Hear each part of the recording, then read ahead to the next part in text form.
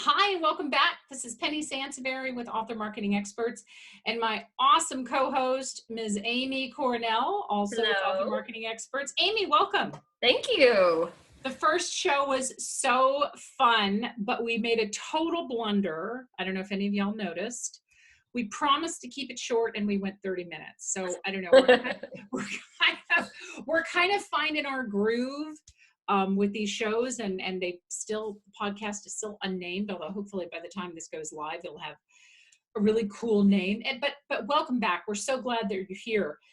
So what I thought we would talk about today, as the title of the show indicates, is how to go from one reader to 10,000. And it's a challenge for many authors, especially if it's your first book and you're just out there kind of kicking the tires to see what's going to happen and how you can build that readership. Because a lot of folks tend to default to stuff that they hear. So I was talking to an author last week, Amy, as I mentioned to you, and he was saying, yeah, I'm in this writers group. And so a bunch of other authors are kind of sharing what they do to market their book.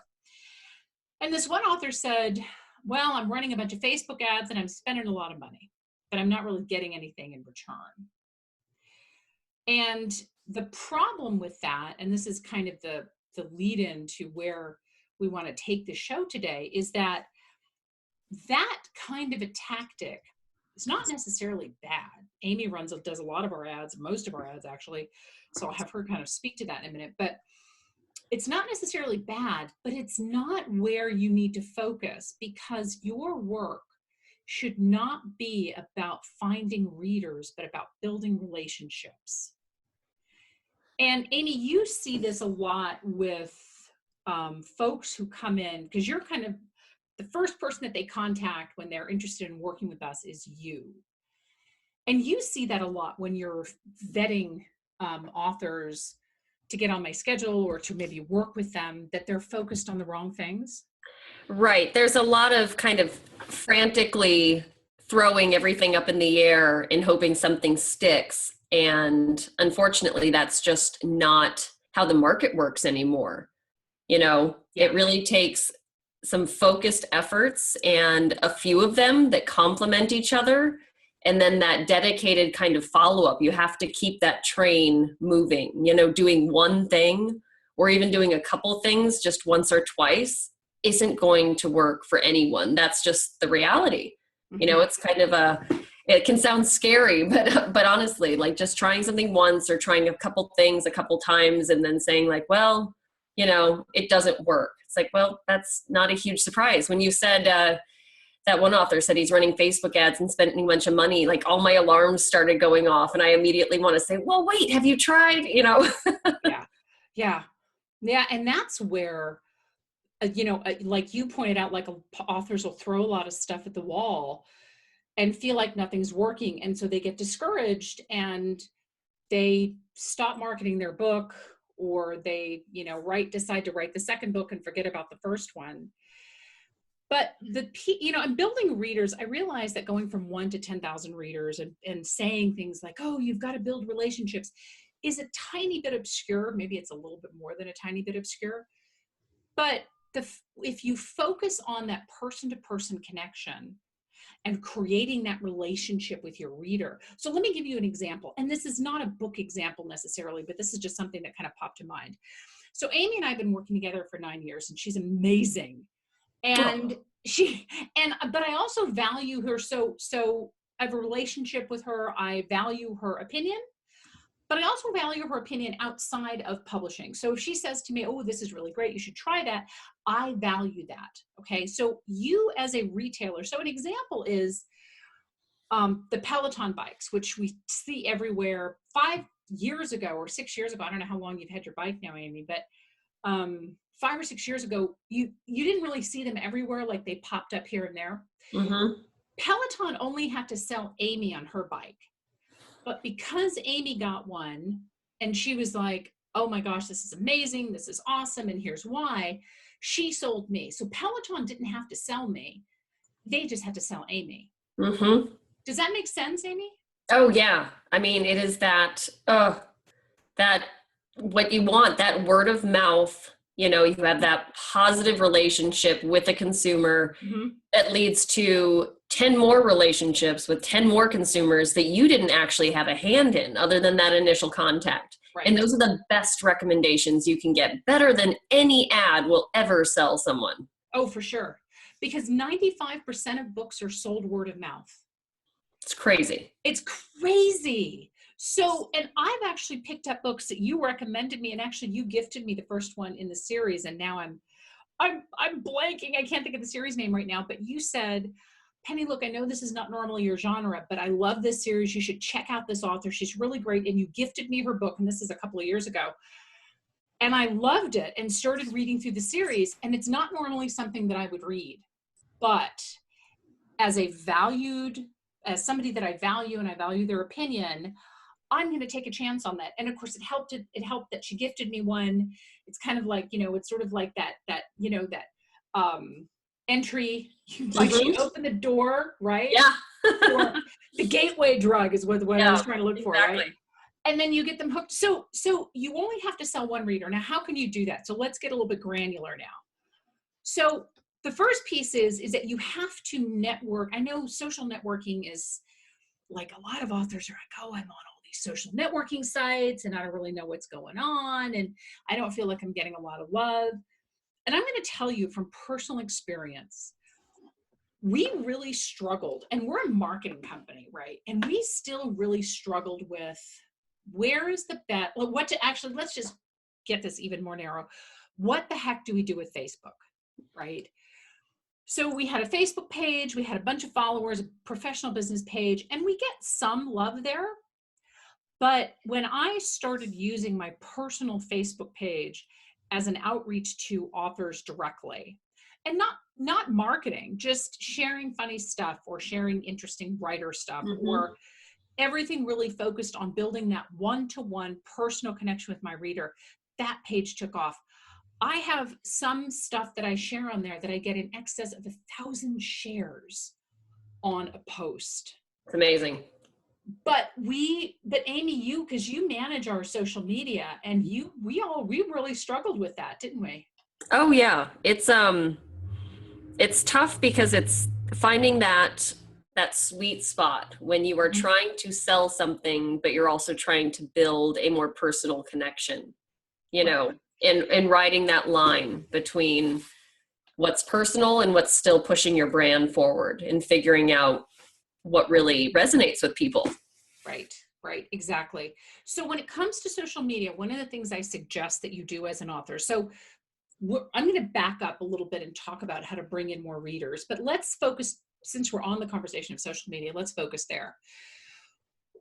Find the social media platform that you feel your readers best resonate with. So if you're on every single social media site, I really recommend figuring out or focusing on one, especially if you're just kind of a one person show and you're trying to do all this on your own, and maybe you have a day job or whatever. So with social media, it's not about being everywhere. It's just about being everywhere that matters, right? Yes. So focus on one site, and then when you know what site you're going to focus on, find four, at the most five tracks of things that you want to share. So the one track obviously is going to be book stuff. So whenever you do, like if you have a book discount or you launched a book, so that falls into the book track. Maybe you want to share, funny memes or something related to your topic. Or if you've written romance, maybe you want to have like Shirtless Tuesday, or you know what I mean? Something like that. So, I mean, because if you stay with those four tracks, then everything that you do becomes really focused. Yes. And it speaks to your reader. So you create a consistency, which is important. And you create a reader connection, because whatever those four tracks are for you, they have to matter to your reader. Because Oh, at the end of the 100%. day, yeah, you want them to share that. But and then obviously you have to be consistent, which is why I say, if you're on a social media site and you're really struggling, maybe that's not the right site for you. Maybe it's maybe you need to hop off, when I teach classes on social media, I'm a big fan of killing a particular site if it's not working for you. I mean, Amy, we've seen that too with some authors who come to us to do Oh, social yeah. media, that they Yep. really struggle with message. Yeah, when we do the SEO and website evaluations, and nothing pains me more because obviously these authors are asking for our advice because they're getting a little overwhelmed with trying to do everything. And then you see they're on Twitter, they're on Facebook, they're on Instagram, they're trying to work their LinkedIn page all through their website. And more often than not, like you said, we go back to them and say, it looks like you're most comfortable here. And we also encourage you to stay there because this is where a good chunk of your audience is. Why don't you hide the other ones for now, Yeah. and refocus quality over quantity. And that's another good, it's not worth having all of these accounts that don't portray the best version of you and your brand either. So you don't want that Facebook account that's just been floundering since, July of 2017 and you haven't touched it yet. You're promoting it on your website, Yeah. Yeah. And that's a really good segue into, and I promise we will take it back to building readership, but that's a really good segue into remembering that everything is your brand. Everything that you have out there, every font you use for any of your images, fonts on your website, social media sites, things you share, absolutely everything is your brand. Yep. And those little touches, they really do stand out. They might not seem like a big deal when you look at them individually, but when you put them all together, the impression that they leave is, it's so important. And people remember that. Readers remember that. They want to engage with somebody that looks like they've put a lot of thought and effort into what they're putting out there, into how they're connecting with readers. I mean, it really does stand out. So none of those little details are throwaways. Right, exactly. And that's one of the things that you and I have talked about before too. And you mentioned this to me when I was teaching the Superfans class, is that you have to really, as an author, fiction or nonfiction, you have to really figure out what your author persona is. Right? I mean, that's what you and I have talked about that many times. Like, figure out what you stand for. What is your brand as an author? Right. And let your personality come through. I think a lot of authors, sadly, end up assuming that their book is the only interesting thing they have going on. And that really shouldn't be the case. No.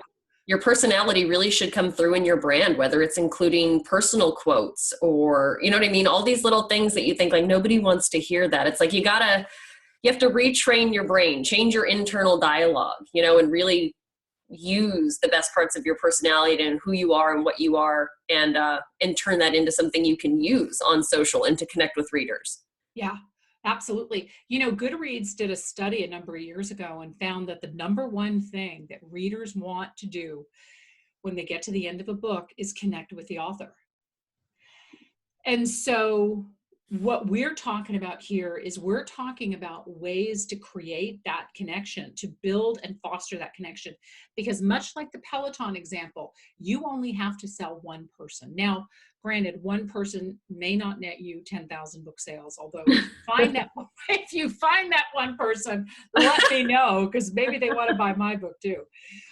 But that focused personal connection, and it sounds like a lot of work because to some degree it is, but it doesn't necessarily have to be a lot of money. So would you rather dump $1,000 on Facebook ads and hope for the best, or focus on, creating a relationship with your reader and and really building that rapport and getting that one-on-one and having a reader who is so excited about your stuff that they're telling all their friends about your book? 100%, because that is always going to come back to you. Because if anything, that person will buy your next book, and that's a win, Right, exactly. So really quickly, and then Amy, I know we talked about some great points that I want you to share. But really quickly, one of the best ways to start building, so first you have to build readers and you have to get readers to contact you. And I taught a class on Saturday and I got one of the best questions from one of the audience members. And she said to me, how do I find out who bought my book on Amazon? Because I want to send them a personal thank you note. And I told her, I said, first off, you are destined to be a best-selling author. And someday I'm going to come to your movie premiere. I hope I get an invitation. because that kind of attitude is the thing that will sell you 1 million books. But what she's actually talking about is how can I get readers from the Amazon page to me so that I can interact with them or engage with them. One way to do that is by putting a letter in the back of your book. I talk about this a lot. If you've taken any of my classes, you know I have, and in the show notes, we'll certainly link up to some blog posts that I have information on that, but a personal letter thanking the reader for reading and spending time with you, and then inviting them to contact you and ask them for their input on your book. Because second to communicating with your reader is your reader becomes part of your, book laboratory as you're trying to figure out where the next book is going to go or what next book in the series or whatever. Because many of my books have greatly improved because readers have been kind enough to reach out to me and say, Penny, look, I like the book, but I really wish you would have done X, Y, Z. Take that to heart. And as you start to build, and as those readers start to contact you, because if you give them a call to action in that letter, which is, please reach out to me and I'd love to know what you think, I'd love to hear from you, you will build your mailing list, and that starts your one-to-one reader connection. Now, aside from that letter, Amy, you had some really good ideas. One of them, I think, was related to Goodreads, because you do a lot of work on Goodreads for our authors. Yes, I wanted to point out a few things because I know it's hard to say, like, you need to engage more with your readers and make it more personal, but that is such a, yeah, you know what I mean? It's kind of hard to wrap your mind around what to do. And we, our goal for the podcast is obviously to give you some tips and things that you can start working on right away, without having to sit here and take extensive notes. Like, we've got some really straightforward things that you can work on. And the best part is a lot of this kind of work, as Penny mentioned earlier, is either free or very inexpensive. These are not super expensive strategies, but the quality is there. So that's another great reason to take these to heart. Always work on anything you can for free. Mm-hmm. Why not? Never skip the free stuff, right? Right. And yes, Goodreads is a good one. Goodreads is perfect because it's easy to find people that are interested in your genre and dedicated to reading the kind of books that you write. So getting involved on Goodreads and being an active fan and participant in these conversations with other people that also like to read the books that you write is really important. And it's great for kind of flexing that muscle of remembering to also be a reader. Because if you take the time to still be a reader and put yourself in the reader's shoes, you're going to be a better author. So remember to engage with the authors that you also like to read. Yes, you can find out some cool stuff that they're doing marketing wise and kind of learn from them, but also take a moment to allow yourself to just be a reader and a fan. And that will come back to you in spades, I think, when you start thinking about what should I do for my readers, So being, playing on both teams is really important, I think, in that regard. Yeah, I can't emphasize. I think that's fabulous. I can't emphasize that enough. And then another one, getting involved locally. We're talking about word of mouth here. Locally should not be ignored. Libraries, there are local book groups. Most, cities they have seasonal and just community events that happen, and meeting a local author is still really cool. I still really love doing that. Anytime I see that a local author is doing something nearby, I always go to the event because I think it's so cool that people still do this. So get in touch with, start doing things locally, start small, even if you've never done an event before. Again, talk to your library. You can maybe get involved in something with a few other authors, but making that face-to-face connection with readers is huge. So, the handful of people that may show up to your library event, that is great access to a lot of other individuals and a good word of mouth, and again, free. Yeah. I think and we kind of touched on this, being memorable and unique. We talked about this earlier, those little touches that may not seem like a big deal when you pull them apart, but all together, they kind of are really great at representing your personality and who you are. And doing that with your bonus content, with your website content. Don't be boring with your website content. We work with some fabulous authors, Penny, that we get to, have great conversations with. And then we go to their website and sometimes it's like, this website's not nearly as cool as this author is. You know what I mean? It's like, we get kind of stuck on this idea that like we have to be super professional and this is what a professional website looks like, you know, and it loses the personality. Yeah. I think a lot of authors don't have enough fun with that, with the personality aspect of what we do. It's a creative, you're doing something insanely creative. Like I say, take advantage of that, you know, when it comes to emphasizing what your brand is and what you're about. You know, don't get stuck in this little box of this is what I have to put on my website, you know, with these kind of templated welcome sections and things like that. Have fun with it. Having fun is free too. Well, and you know, one thing I just want to kind of interject here, one thing that I really love doing, and I was very surprised about the response, ask a question of your readers or your followers. And maybe it's a question that you already know the answer to, right? So, you know, what is, like, I could ask something around book marketing or anything related to a topic that I teach on consistently, but ask your followers a question. And it's amazing when you invite people into your world that way and you ask them a question, regardless of whether or not it's something that you actually need to know or something that you just want to kind of get their feedback on.